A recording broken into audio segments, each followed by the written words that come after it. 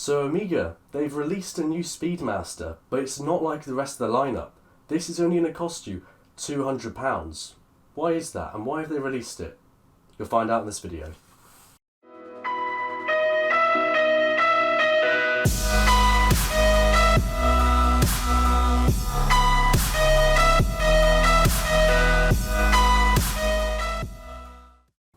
Omega has always been known for its Speedmaster, its Railmaster, and its Seamaster.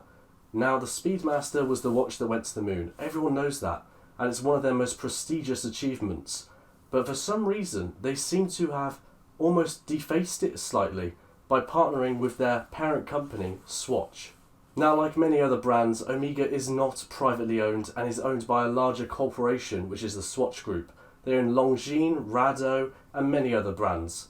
But they also own Omega, and therefore they've partnered with Omega today in making this new watch. It's a Speedmaster that's quartz, and it's only going to cost you £200 compared to the £7,000 you traditionally buy one at. Now, I must say, I really do enjoy the lineup. I actually really like a lot of the colours. They've given out loads of different colours. They have Neptune, they have Uranus, they have Mars, they have loads of different colours. But the one that everyone's talking about is the Moon Watch, because it looks very, very similar to their already pre-existing Omega Speedmaster. Now, the problem with that is that those who have already invested in an Omega Speedmaster in the previous years are now feeling like they've been a bit cheated, because they've spent thousands of pounds on these watches and they've thought that they've had that exclusivity. But now, other people are able to join their club with an entry fee of only £200. This, in my opinion, was a huge mistake by Omega. Now, I'm not sure if they were forced by Swatch Group, but it feels like a really dumb decision.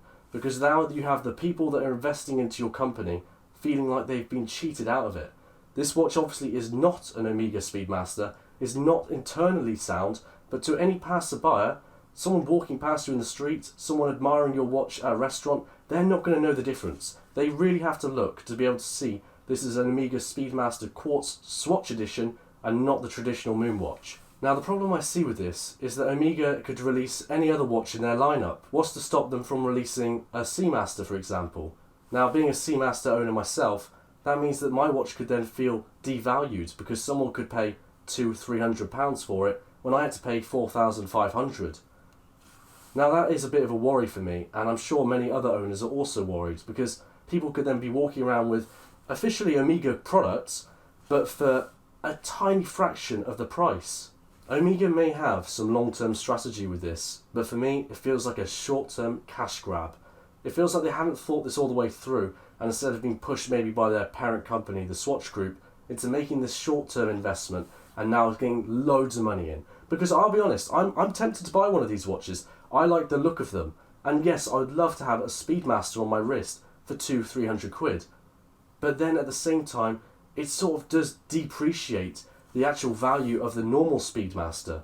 So I'm really hesitant of what the Omega are doing right now. Rolex, that's Omega's direct competition. They've gone about this in a very different way.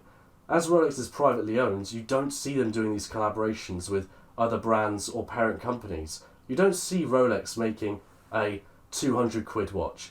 You may see them at best have a Tudor, which is, yes, a Rolex subsidiary, but it's a completely different brand. It's not the same thing. It's not like Omega has partnered with like Swatch with their own little brother of a company. This is Omega itself. It's not like they have a little company called Alpha or something. No, this is Omega themselves doing it. So it doesn't feel the same as what Tudor would be doing. And Rolex has done that really well because they've gone for the long game. Rolex knows they could churn out 100,000 watches right now and earn a ton of money. But they don't do that because they know that if they hold off, they increase the market value of their watches. People want them more and more and more because they can't get them, therefore making the brands more valuable. They know that they can make a lot of money right now, but that would stop them making a lot of money 10 years, 20 years, 30 years down the line. I feel like Omega needs to take that on board. Now, the way I'd recommend Omega to fix this is by making it really, really obvious this is not an Omega official product and instead a Swatch partnership product. Now, what I mean by that is putting maybe a huge S above the Omega sign, or something very bold, or not doing it in the traditional colours that you can normally get the watch in. Now that's something that's really worrying with the current Speedmaster, is they have got it in the black version, which is the standard version. Now, if they had all the multicoloured versions, it would be fine, because you could easily tell it was a different Speedmaster to the original Moonwatch. Whereas now with the different versions and the black, it's not so easy to tell. Therefore, I feel like Omega should only release this version of the watch in special colours and not the original colours, just to make it easier to distinguish so that people don't feel cheated out of their money. Now, I know this video may come across as a bit of a rant, because it is. I'm really disappointed that this has happened.